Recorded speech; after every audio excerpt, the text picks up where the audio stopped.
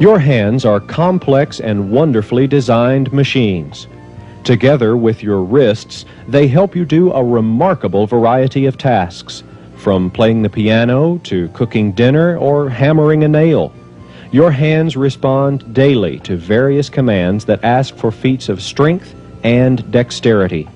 To put it simply, your hands are literally extensions of your brain. More of your brain is reserved for controlling hand movements than for controlling any other part of your body. Clearly, your hands and wrists are important to every aspect of your life. You use your hands all day, every day, both at home and at work. Yet, in doing all of these things that they do every day, your hands and wrists are prone to accidents and injury.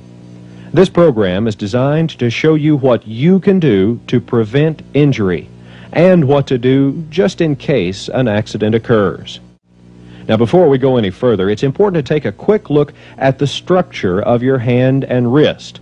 This will help you to understand the types of injuries we'll discuss later.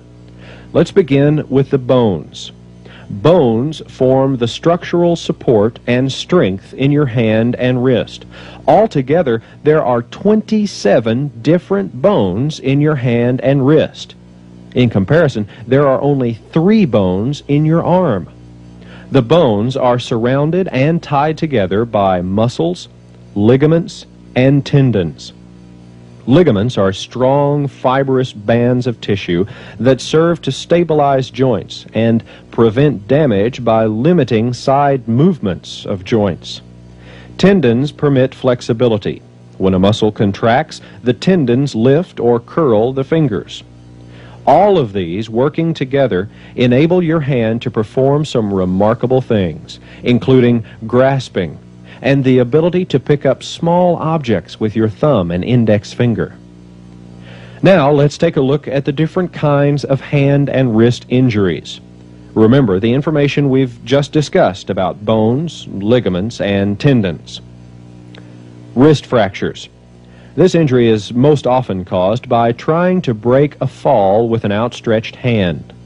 Sometimes the ends of the forearm bones can be broken too. Hand and finger fractures. Generally, this is caused by trapping or twisting the fingers suddenly. Fingers caught in a car door, for example. Accidentally hitting the fingers, such as with a hammer, can cause a finger fracture. Hand sprains. These occur when the ligaments in the hand or wrist are stretched too far and